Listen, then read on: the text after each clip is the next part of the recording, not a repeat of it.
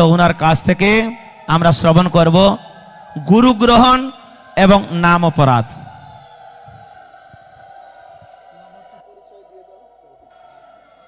হরে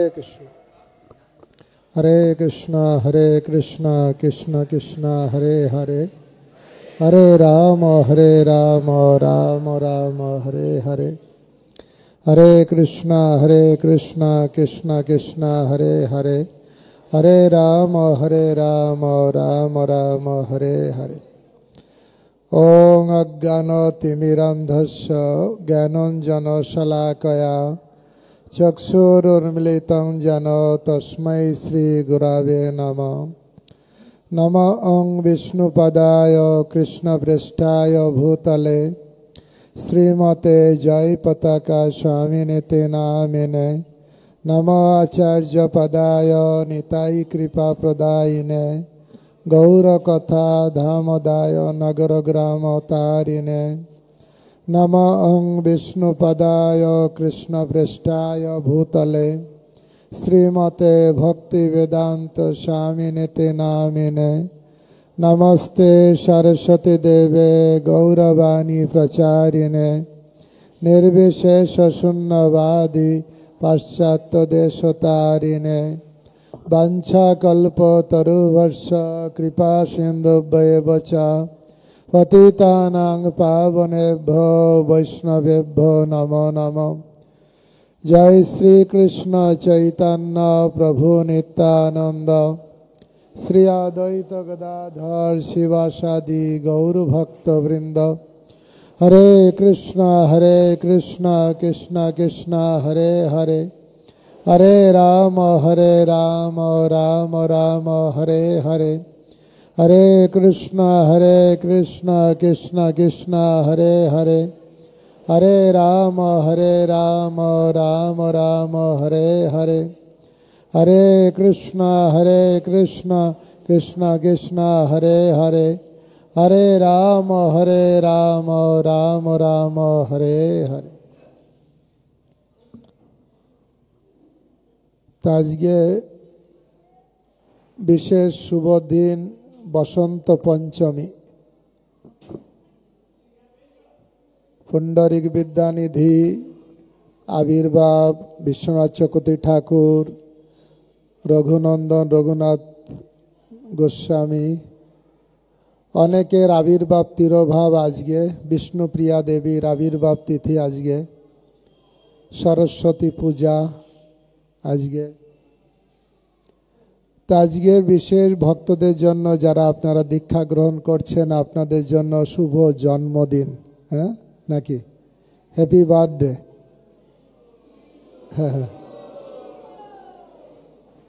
কোনটা happy birthday? যেদিন জন্মগ্রহণ করেছি আমরা জন্ম মৃত্যু জরা ব্যাধি দ্বারা জর্জরিত হচ্ছি, আমরা এই জগতে কষ্ট পাচ্ছি, সেই দিনটা জন্মদিন না আজকে ভগবানের চরণে গুরুর চরণে আশ্রয় নেব আজকে জন্মদিন? কারা কারা মনে করেন আজকে আসল জন্মদিন? আজকের দিন যদি কেউ বলে হ্যাপি বার্থডে তাহলে ঠিক আছে নাকি, কিন্তু যেদিন জন্ম হয়েছে ওই দিন হ্যাপি বার্থডে বললে ঠিক নেই কেন? ধরুন আপনার ছেলে খুব অন্যায় করেছে, মার্ডার করেছে আর তাকে পুলিশ ধরেছে, পুলিশ ধরে জেলখানায় ঢুকাচ্ছে। যেদিন জেলখানায় ঢুকাচ্ছে সেই দিন আপনি ক্যালেন্ডারে দাগ দিয়ে রাখলেন। যেদিন ওই বছর এক বছর পরই সেই দিনটা আসবে বলবেন আজকে হ্যাপি ডে। কেউ বলে হ্যাপি ডে? যেদিন জেলখানায় ঢুকাচ্ছে ডান্ডা মারার জন্য সেই দিন কি হ্যাপি ডে হতে পারে? না, কারণ সেই দিন আসলে হ্যাপি ডে নয়। যদি কেউ বলতে চায় হ্যাপি যদি ডে যদি কবে, তবে আজকে জন্মদিনে গুরুর চরণে আশ্রয়, গুরু আমাকে গ্রহণ করছেন, এইটা হচ্ছে আমাদের জীবনের সবথেকে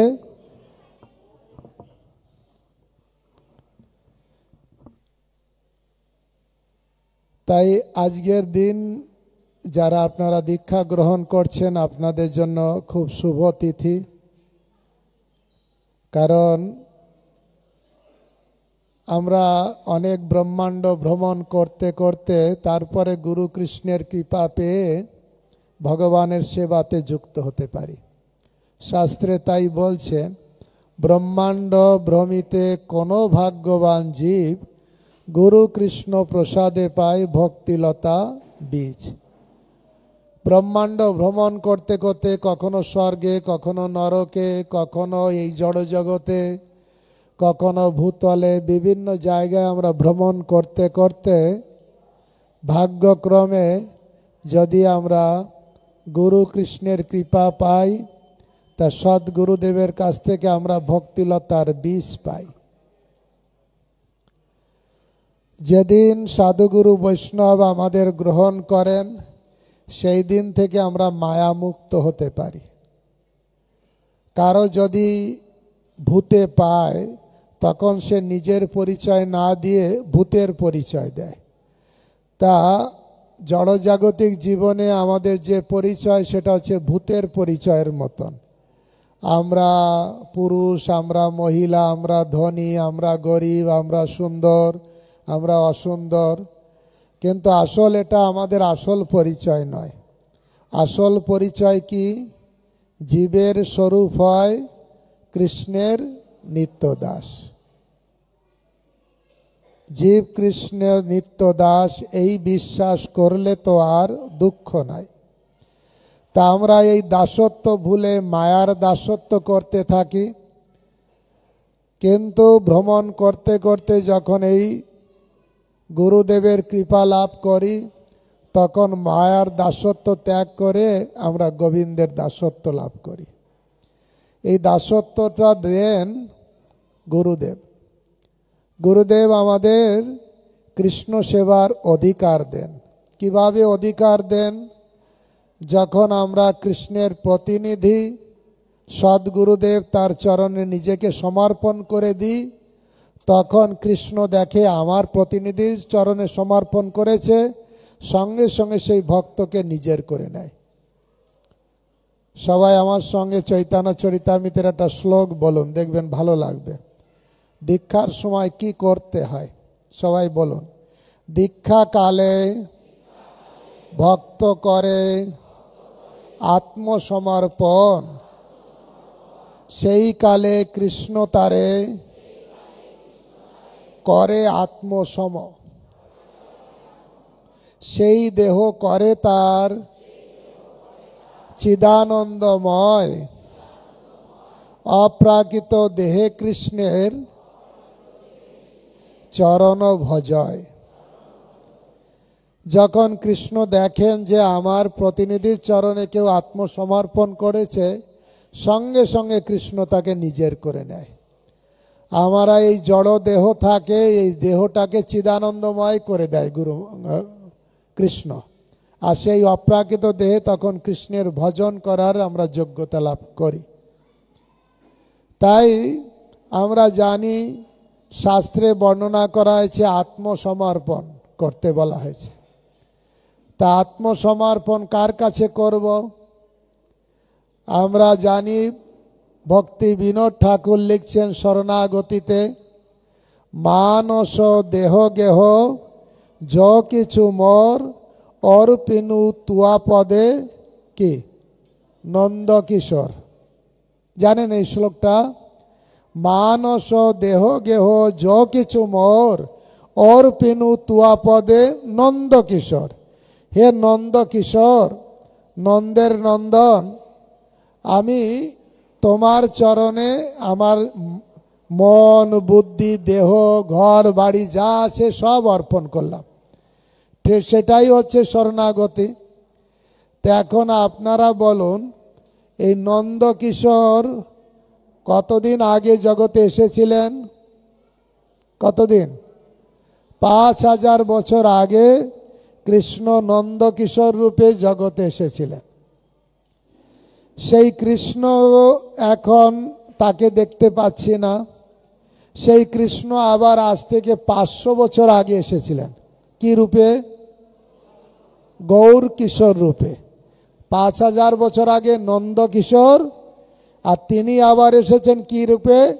গৌর কিশোর। কতদিন আগে? 500 বছর আগে। তাহলে আমরা না নন্দ কিশোরকে পাচ্ছি না গৌর কিশোরকে পাচ্ছি। তাহলে আমরা কার চরণে আত্মসমর্পণ করব? সেই জন্য শাস্ত্রে বলছে এই গুরুদেব হচ্ছে কৃষ্ণ থেকেও অভিন্ন, গৌরাঙ্গ থেকে অভিন্ন। চৈতন্য চরিতামৃতের শ্লোক আমার সঙ্গে বলুন। গুরু কৃষ্ণ রূপ হন শাস্ত্রের প্রমাণে, গুরু রূপে কৃষ্ণ কৃপা করেন ভক্তগণে। দেখুন, কৃষ্ণের কৃপা করার ইচ্ছা হয়েছে, কিন্তু কৃষ্ণ তার ড্রেস চেঞ্জ করেছেন, কৃষ্ণ তার রূপ চেঞ্জ করেছেন। কি রূপে আমাদের সামনে আসবেন? কি রূপে? গুরু রূপে। গুরু কৃষ্ণ রূপ হন শাস্ত্রের প্রমাণে, গুরু রূপে কৃষ্ণ কৃপা করেন ভক্তগণে। ভক্তদের কৃপা করার জন্য কৃষ্ণই আমাদের সামনে কি রূপে প্রকট হন? জোরে, আরো জোরে, আরো জোরে। তার প্রমাণ স্বরূপ আমরা মঙ্গল আরতিতে 7 নাম্বার গুরু বন্দনায় গাই, কি বলি? সাক্ষাৎ রীতেন সমস্ত শাস্ত্রই রুক্তস্ততা ভাবত এব সদ্বি কিন্তু প্রবর্য প্রিয় এব তস্য বন্দে গুরু শ্রী চরণারবিন্দ। সমস্ত বৈদিক শাস্ত্রে গুরুদেবকে কৃষ্ণের অভিন্ন বিগ্রহ বলা হয়েছে, কিন্তু প্রবর্য। মায়াবাদীরা, সহজিয়ারা তারা বলে গুরু আর কৃষ্ণ যদি এক, তাহলে আমার কৃষ্ণকে লাগবে না, গুরুর সঙ্গেই রাসলীলা করব, গুরুর সঙ্গে অবৈধ মেলামেশা করব। এসব জঘন্য। গুরু কৃষ্ণের প্রতিনিধি। কেন প্রতিনিধি হিসাবে? প্রিয় এবতর্ষ, কৃষ্ণের সব থেকে প্রিয়জন, তাই তাকে গুরুদেব কৃষ্ণের মতন সম্মান করতে হয়। তিনি কৃষ্ণ নন, কিন্তু কৃষ্ণের মতন সম্মান যোগ্য। আমাদের কাছে কৃষ্ণই গুরুরূপ ধারণ করে এসেছেন কৃপা করার জন্য। তাই মহিমায় গুরু কৃষ্ণ এক করি জানো। মহিমায় যোগ্যতা কোয়ালিটি অনুসারে মহিমায় গুরু কৃষ্ণ এক করি জানো, গুরু আজ্ঞা শিরে সদা সত্য করি মানো। আমরা গুরু বন্দনায় গাই, গুরু মুখ পদ্মবাক্য চিত্তেতে করিয়া ঐক্য আর না করিও মনে আশা। দেখুন, গুরুদেবের কাছে দীক্ষা গ্রহণ করা মানে প্রতিজ্ঞা নেওয়া। গুরুদেব আমাকে যা আদেশ করবেন আমি তাই পালন করব। কারা কারা এই মনোভাব নিয়ে এসেছেন? গুরুর আদেশ পালন করব, শিওর? অন্তত পক্ষে গুরুদেবের আদেশ অনুসারে 4টে নিয়ম পালন করা, কোনোদিন যাতে ভঙ্গ না হয়। প্রতিদিন কমপক্ষে 16 মালা জপ করা, আর প্রভুপাদের সোসাইটিতে প্রচার কার্যে আমাদের সহযোগিতা করা, এগুলো গুরুদেবের আদেশ। অনেকে বলতে পারেন গুরুদেব তো আমাকে ডাইরেক্ট কিছু আদেশ করেনি। কিছু আদেশ কমন সবার জন্য আছে, আর সেটা সবারই পালন করা উচিত। আর কিছু স্পেশালি কারো কাছে কিছু নির্দেশ হতে পারে, কিন্তু সবার জন্য তো নির্দেশ আছে, এটাকে মানতে হবে। দীক্ষা নিলাম, ইস্কনে আসলাম, গুরুদেবের কাছ থেকে দীক্ষা গ্রহণ করলাম, আমরা ভাবলাম হয়ে গেল। ইস্কনে দীক্ষা নেওয়া মানে আধ্যাত্মিক জীবন কমপ্লিট, তাই কি মনে হয়? দীক্ষা নেওয়া শেষ না শুরু? হ্যাঁ, কারা কারা মনে করেন দীক্ষা নেওয়া মানে ভক্তি জীবন শুরু? ধন্যবাদ। তাহলে স্কুলে ভর্তি হলে কিছু কাজ থাকে না? ভর্তি হলেই আবার ক্রিকেট খেলতে বের হলাম, আবার ঘুরতে ফিরতে বের হলাম, কোনো স্কুলের পড়াশোনা করলাম না, শিক্ষকের আদেশ পালন করলাম না, হোম টাস্ক কিছু ফলো করলাম না, তাহলে পাস হবে না টিসি হবে?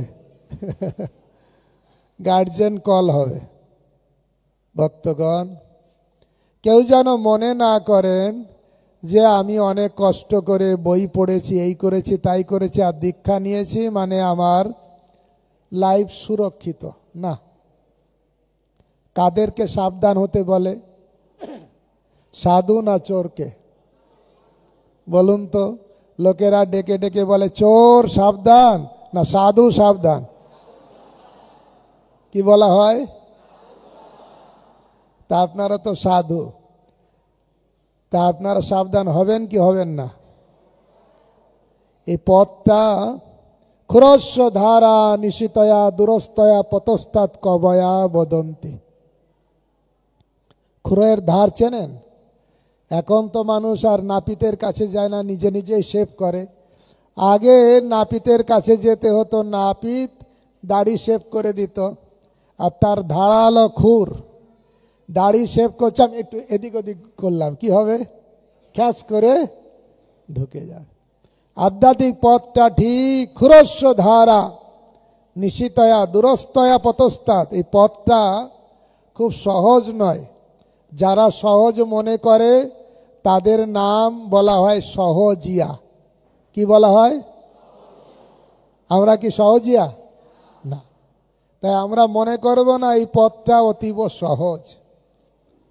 দেখুন, কাউকে যদি বলা হয় 50 টাকা আয় করো, তার কাছে সহজ হবে। কাউকে যদি বলা হয় 50 কোটি টাকা আয় করো, সহজ হবে না কঠিন হবে? তা ভগবানকে পাওয়া চিপ জিনিস নয়, সহজ জিনিস নয়। ভগবান হচ্ছে সব থেকে দুর্লভ জিনিস আর সব থেকে মূল্যবান জিনিস। সব থেকে মূল্যবান জিনিস নিতে গেলে তো মূল্য দিতে হয় নাকি? তাই বাংলায় বলে কষ্ট না করলে মিলবে। কষ্ট করলাম না, আমি স্টাম্প মেরে ইস্কন থেকে চলে এলাম, আমার দীক্ষা হয়ে গেছে, আর বাড়িতে এসে কোনো আচার আচরণ ঠিক করলাম না, বৈষ্ণব অপরাধ থেকে মুক্ত হলাম না, আমার ভক্তি জীবন গড়গড় করে উপরে উঠবে না। প্রভুপাদ বলেছেন, আমাদের মহারাজরাও বলেন, ইস্কনে আসা সহজ, যাওয়াও সহজ, কিন্তু থাকাটা কঠিন। বিশেষ করে মঠ মন্দিরে ব্রহ্মচারী সন্ন্যাসী লাইফে আসা সহজ আছে, যাওয়াও সহজ আছে, কিন্তু থাকাটা কঠিন। আর পারিবারিক জীবনেও যদিও বাহ্যিকভাবে মনে হয় না, কিন্তু সত্যিকারে কঠিন। কঠিন নয় কি?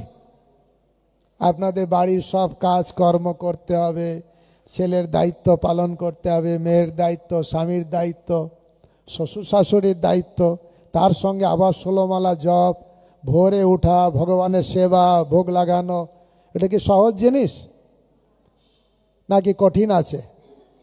সাধারণ লোকেরা দেখে ভয় পায়, এই জন্য কেউ আসতে চায় না। বলে বাহ বাহ, এ কোন দলে? আমরা ঠিক আছে ভক্ত হব, গুরুদেব আসবে, ঘরে এসে কানে ফু দেবে, আর যা ইচ্ছা তাই করছি, যেমন 10টা 11টায় উঠছি, উঠবো, যা খাচ্ছি তাই খাবো। এটা ভালো জিনিস না? তাদের কাছে বলে এটাই কত। কিন্তু আসলে আমার গুরুদেব বলেন, ছিল জয়পতাকা স্বামী গুরু মহারাজ বলেন, সস্তার 3 অবস্থা। শুনেছেন এই কথা? সস্তার 3 অবস্থা। আমার গুরু মহারাজ ব্যাখ্যা দিতে বলে, যদি আপনি বেগুন কিনতে যাবেন একটু রাত করে, বেগুন সস্তায় পাবেন, ঘরে এনে দেখবেন অন্ধকারে নিয়ে এসছেন তো, দেখবেন পোকা, পচা, অথবা কয়েকদিন আগের বেগুন নষ্ট হয়ে যেতে বসেছে, তাই আপনি কম দামে পেয়েছেন। এই জগতে যারা চিপ রেটের গুরু খোঁজে না, তাদের অবস্থা ঠিক সেই রকম।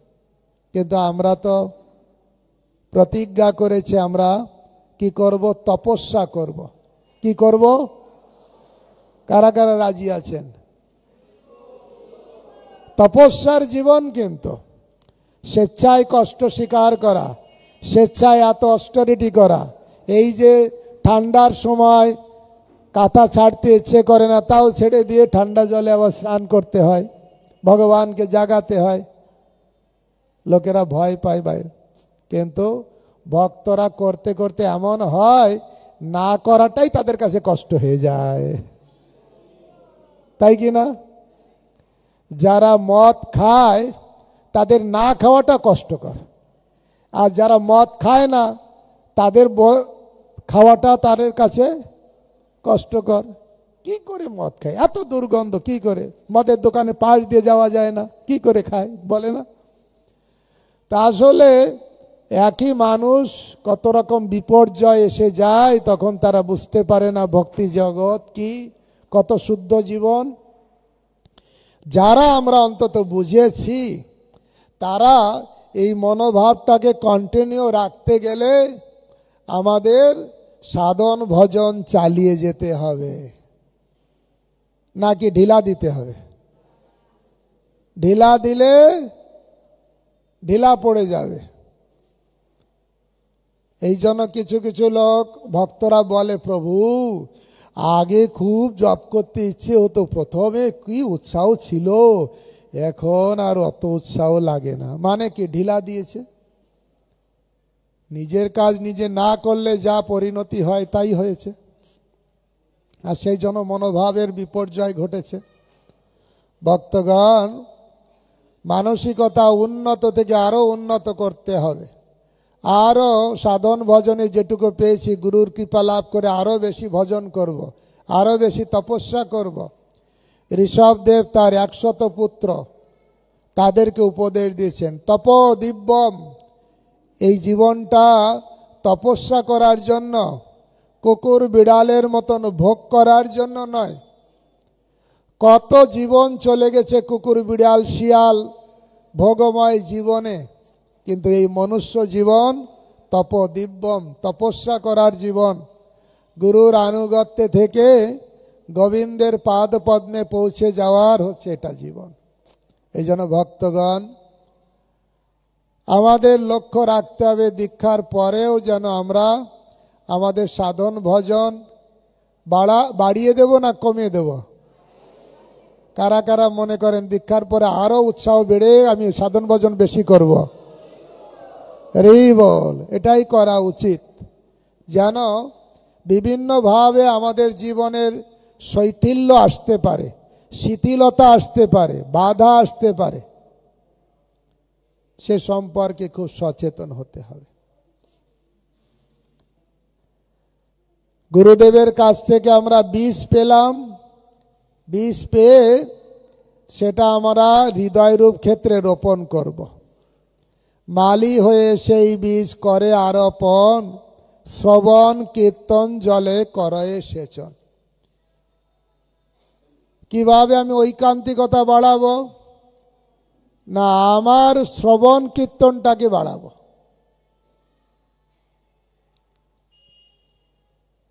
ভক্তগণ, একটা বীজ আপনি পেলেন আর রোপণও করলেন, কিন্তু কখনো জল দিলেন না, কি হবে? কি হবে? শুকিয়ে নষ্ট হয়ে যাবে। মূল্যবান বীজ অনেক টাকা দিয়ে কিনলেন, ঘরে এনে রোপণ করলেন না, রোপণও করলেন কিন্তু জল দিলেন না, কি হবে? লাভ হবে? তাই দীক্ষা নেওয়া মানে গুরুদেবের কাছ থেকে মূল্যবান বীজ আমি পাচ্ছি, সেটাই যদি অবহেলা করি তাহলে এত মূল্যবান বীজ লাভ করে জীবনে কিছু লাভ হবে না। কি করতে হবে? বীজটা পেয়ে হৃদয়রূপ ক্ষেত্রে রোপণ করতে হবে আর জল দিতে হবে। কি জল? শ্রবণ আর কীর্তন, অর্থাৎ নিত্যং ভাগবত সেবয়া, প্রতিদিন ভাগবত কথা শুনতে হবে, সাধুর কাছ থেকে হরি কথা শুনতে হবে প্রতিদিন। এই নয় মাসে একদিন, এই নয় সপ্তাহে একদিন, এই নয় বছরে একদিন। কি বলা হয়েছে? নষ্ট প্রায়সু অভদ্রেষু নিত্যং ভাগবত সেবয়া। নিত্যং মানে কি? না সপ্তাহে একদিন, না মাসে একদিন? প্রতিদিন, প্রতিদিন। তাই প্রতিদিন খাওয়ার কারো বাদ থাকে? মনে হয় না। ঝগড়া করে হলেও 3 বার তো খাওয়া হয়, কোনো কোনো বার 4 বার 5 বারও হয়ে যায়। খাওয়াটা কম নেই, কিন্তু শ্রবণ কীর্তন কেন কম থাকবে? এটা দেহের খাদ্য দরকার, 3 বার খেতে হবে। কান দিয়ে ভিতরে হরি কথা আমার আত্মার খাদ্য হবে। একটাকে গাড়িকে খাদ্য দিলাম, ড্রাইভারকে দিলাম না, নাকি গাড়িকেও দিতে হবে ড্রাইভারকেও দিতে হবে? হ্যাঁ, দুইজনকেই দিতে হবে। গাড়ির খাবার ডিজেল মোবিল, ড্রাইভারের খাবার ডিজেল মোবিল আলাদা, অন্য ডাল সবজি। ঠিক সেরকম দেহের খাবার আছে, দেহির খাবার আছে। দেহের খাবার অন্ন ডাল সবজি, দেহি আত্মার খাবার হরি কথা শ্রবণ। মনে থাকবে? আত্মার খাবার কি? হরি কথা শ্রবণ আর হরি নাম কীর্তন। শ্রবণ আর কীর্তন কার খাবার? আত্মার খাবার। সবার হৃদয়ে আত্মা আছে তো? খেতে দেবেন না উপবাস রাখবেন? অর্থাৎ খেতে দেওয়া মানে বললে আমি তো ভগবানকে ভোগ লাগিয়েছি, ভগবান খেয়ে নেবে না।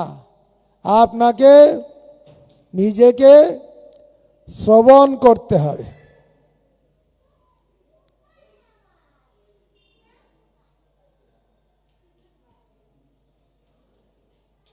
শ্রবণ কীর্তন জলে করে এসেছেন। সবাই আমার সঙ্গে বলুন শ্লোকটা। মালি হয়ে সেই বীজ করে আরোপণ, শ্রবণ কীর্তন জলে করে এসেছেন। জল আপনি যখন দেবেন, বীজটা অঙ্কুরোদ্গম হবে, লতা বাড়বে, বেড়ে বেড়ে ভগবানের কাছে চলে যাবে। ভালো হবে না খারাপ হবে? কারা কারা ভগবানের কাছে যেতে চান? আপনার প্রথমে ভক্তিটা বেড়ে বেড়ে গোলক ধামে যাবে, তারপরে সেখানে আপনিও চলে যাবেন। সবাই বলুন। উপজিয়া বাড়ে লতা,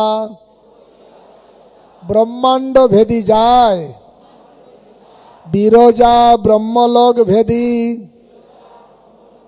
পরব্রহ্মে পায়, তদুপরি যায় গোলক বৃন্দাবন, কৃষ্ণ পাদ কল্প বৃক্ষে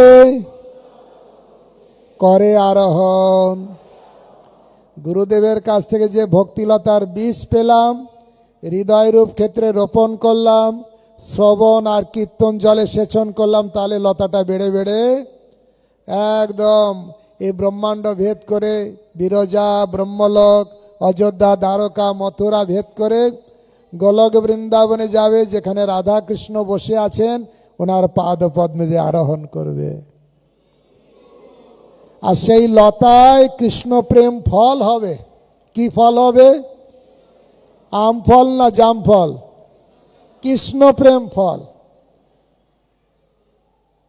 এই কৃষ্ণ প্রেম ফল কে চায়? হ্যাঁ, চান? আম ফল চান না? জাম ফল চান না? তার থেকে কোটি কোটি গুণে মূল্যবান সে হচ্ছে কৃষ্ণ প্রেম ফল।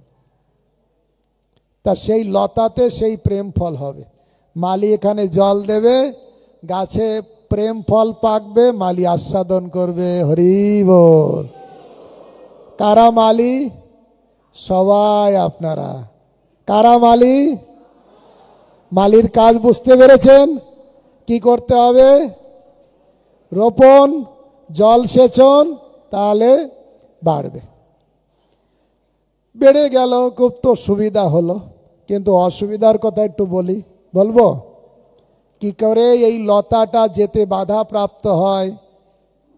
আপনাকে বাধা দিয়ে রেখে দিতে চান না ঠিক জায়গায় নিয়ে যেতে চান?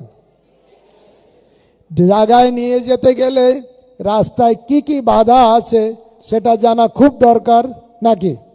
নাহলে তো আপনি যদি ভাঙা গাড়ি নিয়ে রওনা দেবেন, 2 দিন পরে একটু পরেই যে ভেঙে পড়বে, তখন আর যেতে পারবেন না জায়গায়।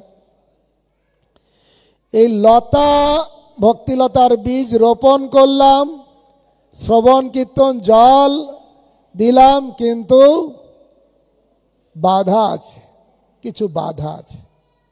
প্রথম যে বাধাটা হয়, লতাটা বাড়লো, যদি একটা হাতি ঢুকে গেল ওই বাগানে, তাহলে কি হবে? কারা কারা হাতি দেখেছেন? নর্থ বেঙ্গল থেকে এসছেন, জলদাপাড়ার ওই দিকে, বাঁকুড়া পুরুলিয়াও আছে। তা হাতির পাল যখন ঢোকে, ক্ষেত খামার একেবারে শেষ। তা এই হাতি যদি বাগানে প্রবেশ করে, তাহলে লতা শেষ, আর কোনো দিন লতা উপরে যাবে না। এই হাতি কার সঙ্গে তুলনা করা হয়েছে? বৈষ্ণব অপরাধের সঙ্গে। কার সঙ্গে তুলনা করা হয়েছে? কার সঙ্গে তুলনা করা হয়েছে? হাতি ঘরে কে কে ঢুকাতে চান? হাত তুলুন। হাতি যাতে না আসে তার চিন্তা করে না সবাই? এই হাতি হচ্ছে বৈষ্ণব অপরাধ রূপ মত্ত হাতি। যদি হৃদয় বাগানে প্রবেশ করবে, তাহলে সব লতা শেষ, ভক্তিলতা। সবাই আমার সঙ্গে বলুন, মহাপ্রভু নিজের মুখে রূপ গোস্বামীকে বলেছেন, বলছেন, যদি বৈষ্ণব অপরাধ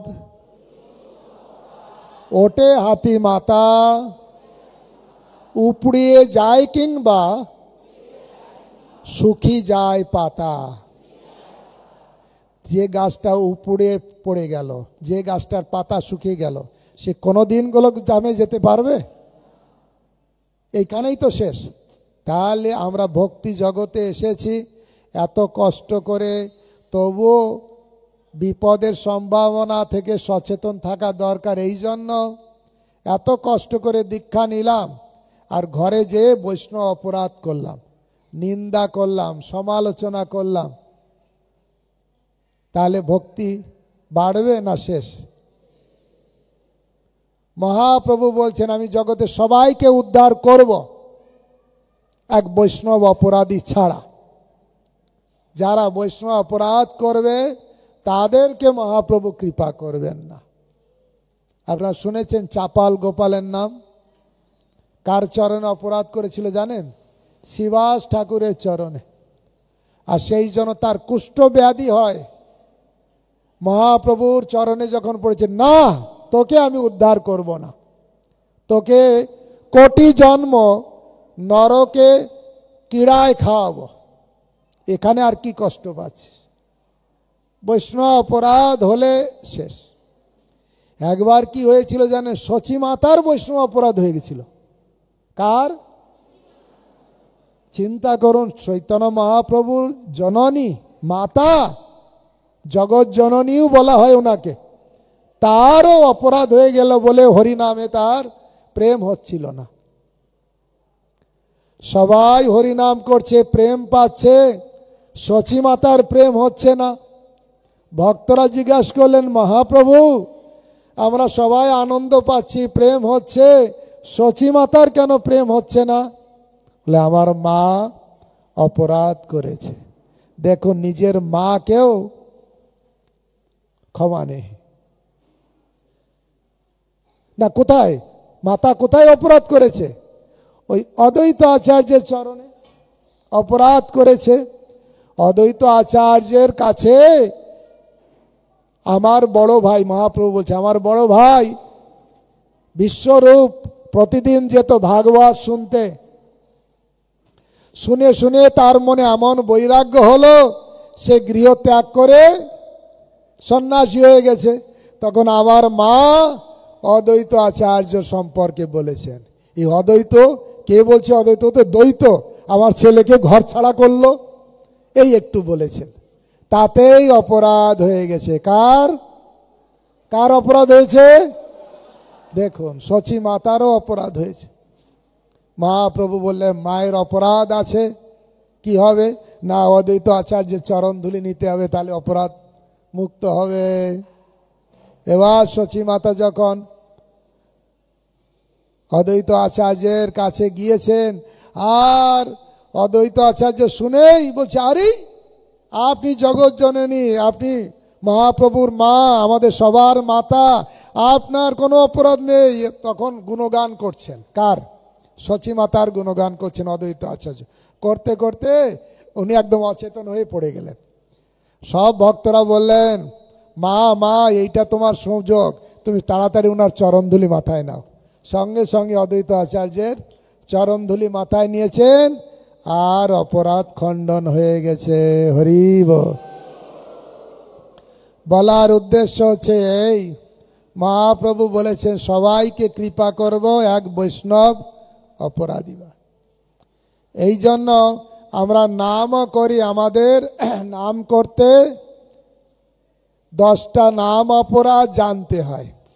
এই জন্য প্রায় ভক্তদের জিজ্ঞাসা করা হয় 10টা নাম অপরাধ জানেন? আপনারা জানেন তো? কারা কারা জানেন হাত তুলুন। যাদের মুখস্থ তো থাকার কথা, তার জন্য আপনারা এখানে এসেছেন। আর একটা কথা বলবো, যেন ভুলে যাবেন না। দীক্ষা হয়ে গেল আর ভুলে গেলেন। চাষি গেল ঘর, লাঙল তুলে ধর, বাংলায় বলে না? দীক্ষা হয়ে গেছে, টাটা বাই বাই, আর কিছু লাগবে না। এখন তো আমি ইস্কনের স্টাম্প মারা হয়ে গেছে, দীক্ষিত ভক্ত, যে কাউকে বলতে পারবো। কোথায় দীক্ষিত? সহজিয়া না, কুলগুরু না, কোথায় দীক্ষিত? ইস্কনের দীক্ষিত। কার কাছ থেকে? শ্রীশ্রীমৎ গৌরাঙ্গ প্রেম স্বামী মহারাজের কাছে।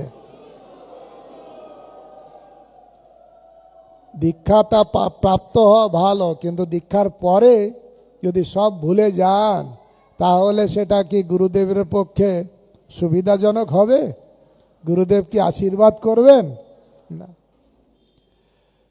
তাই হরিনাম করলে আনন্দ হয়, কিন্তু যদি অপরাধ থাকে তাহলে হরিনামেও আনন্দ হবে না। চৈতন্য চরিতামৃতের আদি লীলায় কবিরাজ গোস্বামী বলছেন, হেন কৃষ্ণ নাম যদি লয় বহুবার, নহে প্রেম নহে অশ্রুধার। যদি অনেকবার, একবার নয় অনেকবার নেওয়ার পরেও যদি চোখে জল না আসে, কেন একবারই হরিনামে চোখে জল আসার কথা, পাপ চলে যাওয়ার কথা। এক কৃষ্ণ নামে যত পাপ হরে, পাপীর সাধ্য নাই তত পাপ করে। হরিনামে এত পাওয়ারফুল, একবার নাম করলেই পাপের সব ফল থেকে আমরা মুক্ত হতে পারবো। আর একবার নাম করলেই প্রেম পেতে পারি। আপনারা শুনে থাকবেন সুবুদ্ধি রায়ের কথা। আজ থেকে 500 বছর আগে নবাব হোসেন শাহ ছিলেন। আর এই নবাবের বিবি একদিন যখন নবাবের জামা খুলছে, দেখছে পিঠে লাল কালো কালো দাগ। বলছে, নবাব আপনার পিছনে এত দাগ কেন? বলছে, সে এক অদ্ভুত ব্যাপার, এই সুবুদ্ধি রায় না এখন জমিদার, উনি আমাকে খুব করে মেরেছিলেন, চাবুক দিয়ে মেরেছিলেন, সেই দাগ এখনো আছে। রে, যে তোমাকে মেরেছে, তুমি নবাব হয়েছো আর ও এখনো বেঁচে আছে, ওকে মারো মারো। বিবির কাজ তো, মাথা চঞ্চল, না না ওকে মারতে হবে। ওরে না না না, আমি ওকে কি করে মারতে পারি? উনি আমার বাবার মতন, আমাকে সেই দিন যদি শাসন না করতেন, আমি অন্যায় করেছিলাম, সত্যিকারে অন্যায় করেছিলাম, তাই উনি আমার বাবার মতো শাসন করেছিল, আর তার জন্য তো আমি এত আজ নবাব হতে পেরেছি। সেরকম যদি খারাপ দিকে হতাম তাহলে তো নবাব হতে পারতাম না। আমার বাবার মতন কাজ করেছে। বলছে, ওই সব বাবা টাবা বুঝি না, তোমাকে মেরেছিল, তুমি এখন মারো। বলে, না না আমি মারতে, তাহলে আমি চলে যাই বাপের বাড়ি, তোমাদের কাছে থাকবোই না। হট বিবি। তখন বলছে, আর কি করা যায়? বলছে, অন্তত তার জাতি নাশ করে দাও। বলে জাতি নাশ করে দিলে তো মরে যাবে, এত সম্ভ্রান্ত ব্যক্তি জাতি নাশ করলে, বলছে না অন্তত জাতি নাশ করতে হবে। তাই সুবুদ্ধি রায়কে করোয়ার পানি খাওয়াই দিয়ে তার জাতি নাশ করে দেওয়া হলো। পাগলের মতন ছুটতে ছুটতে সব জায়গায় ঘুরছে। কাশিতে বড় বড় ব্রাহ্মণের কাছে বলছে আমি প্রায়শ্চিত্ত করতে চাই, আমি ইচ্ছা করে জাতিচ্যুত হইনি, জোর করে আমাকে জাতিচ্যুত করানো হয়েছে, আমি আবার জাতিতে ফিরে আসতে চাই, প্রায়শ্চিত্ত করতে চাই। ব্রাহ্মণরা বললেন ঘি, অনেক ঘি, এক কড়াই ঘি গরম করতে হবে, ফুটন্ত ঘি হবে, সেই ঘি তোমাকে খেতে হবে। বলে খেলে তো আমি মরে যাব। ওই তো মরে গেলে পরের জন্মে তুমি আবার হিন্দু ঘরে জন্ম নেবে। বলে আর আমি বেঁচে থেকে প্রায়শ্চিত্ত করতে চাই। আর একজন বলল না না, তোমাকে যজ্ঞকুণ্ড জ্বালাতে হবে, সেই যজ্ঞকুণ্ডের ভিতরে মাথা দিতে হবে। বলে তাহলে তো আমি পুড়ে মরে যাব। হ্যাঁ, তুমি মরে গেলেই তো হিন্দু ঘরে যাবার জন্ম নেবে। বলে আরে আমি বেঁচে থেকে তো প্রায়শ্চিত্ত করতে চাই, পরের জন্মের পরের কথা। তখন একজন ভক্ত বলল মহাপ্রভুর কাছে যান। আর সুবুদ্ধি রায় দৌড়ে দৌড়ে মহাপ্রভুর কাছে গেলেন কাশীতে। মহাপ্রভু বললেন তোমাকে ঘি খেয়ে মরতে হবে না, যজ্ঞকুণ্ডে মাথা দিয়ে মরতে হবে না, এক কৃষ্ণ নামে তোমার সর্ব পাপ যাবে, আর কৃষ্ণ নামে তুমি কৃষ্ণ প্রেম পাবে। মহাপাতকের এইটাই প্রায়শ্চিত্ত, শুধু হরিনাম, হরিনাম হচ্ছে প্রায়শ্চিত্ত। বলার উদ্দেশ্য হচ্ছে যে এই হরিনাম একবার করলে পাপ যায়, আর একবার করলে প্রেম হয়। কতদিন ধরে করছি তাও প্রেম হচ্ছে না কেন? সেই সম্পর্কে কবিরাজ গোস্বামী বলছেন যদি প্রেম না হয় তাহলে বুঝতে হবে, তবে জানি অপরাধ তাহাতে প্রচুর, তবে বুঝবো যে তার ভিতরে অনেক অপরাধ আছে, আর সেই জন্য কৃষ্ণ নামের বীজ অঙ্কুরিত হচ্ছে না, প্রেম হচ্ছে না, কারণ অপরাধ আছে, অপরাধ আছে। তাই আমাদের কি কি অপরাধ থাকলে আমাদের কৃষ্ণ নামে রুচি হয় না সেটা জানা দরকার। আর দীক্ষার আগে এইটা জানা দরকার, আর এটাকে জীবনে প্রতিজ্ঞা করা উচিত আমি বৈষ্ণব অপরাধ বা 10টা নাম অপরাধ করব না। এই 10 অপরাধ যেন হৃদয় না পশে, কৃপা করো মহাপ্রভু মজি নাম রসে। এই 10টা নাম অপরাধ থেকে মুক্ত হলে আমরা হরি নামে আনন্দ পাব। সেই জন্য দীক্ষার আগে এই 10টা নাম অপরাধ একটু মনন করা দরকার। মহারাজ গৌরাঙ্গ প্রেম স্বামী মহারাজ গুরুদেব উনি আসবেন, তার আগে আমরা এই 10টা নাম অপরাধ, যে অপরাধ করলে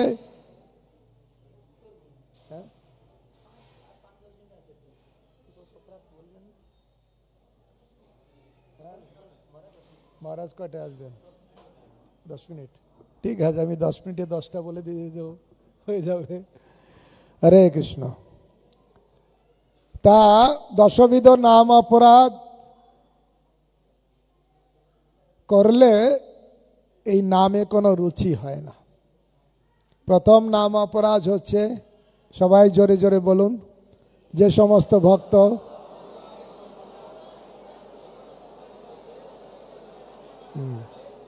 নিন্দা করা, অর্থাৎ যারা জগতে ভগবানের বাণী প্রচার করার জন্য নিজেকে উৎসর্গ করেছে তাদের নিন্দা করা। আমি বলেছি বৈষ্ণব অপরাধ কত ডেঞ্জারাস। বৈষ্ণব অপরাধ যদি ওঠে হাতি মাথা, উপড়ে যায় কিংবা শুকি যায় পাতা, একদম ভক্তিলতা পুরো শেষ হয়ে যায়। এই জন্য এই বৈষ্ণব অপরাধ অনেকভাবে হতে পারে।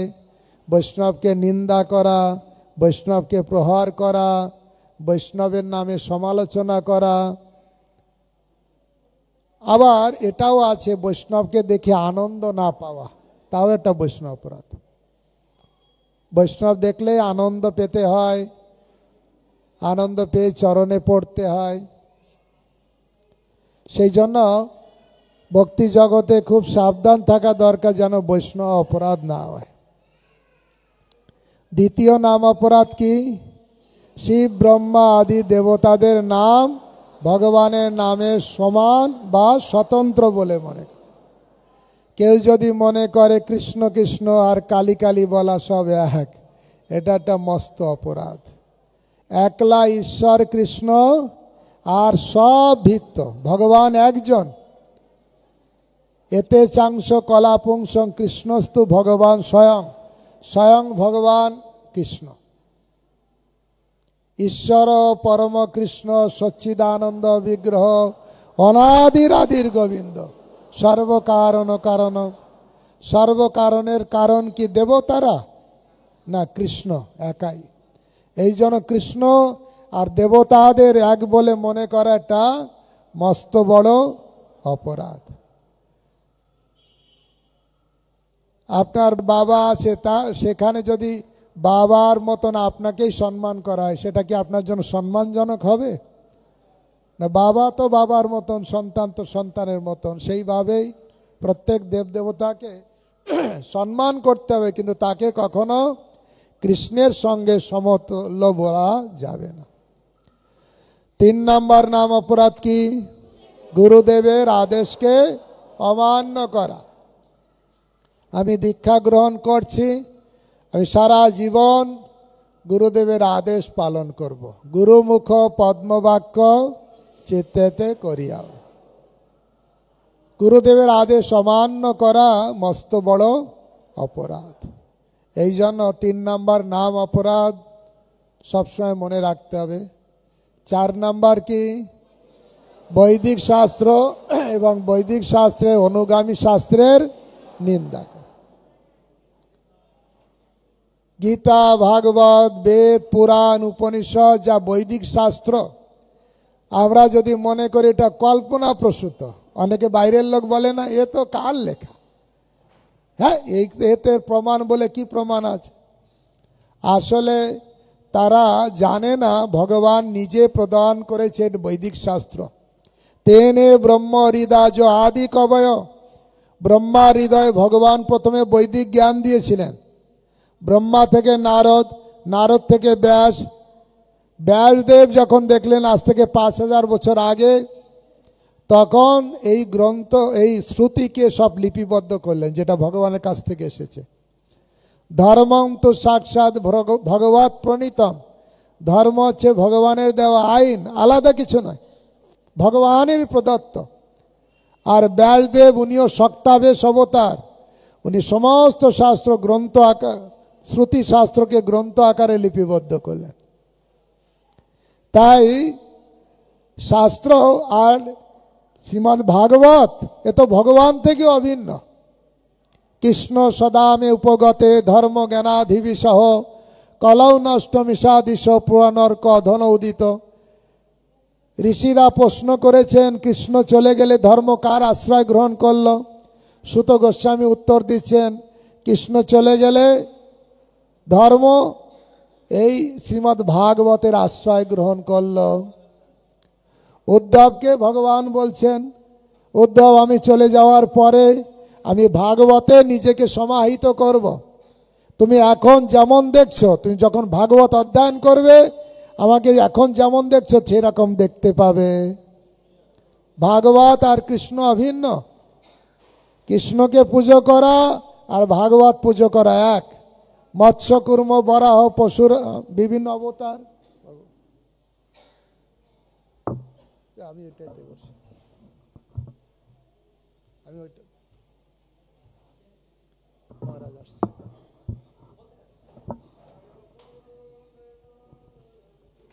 হরে কৃষ্ণ, আমি ওইটাই বসি।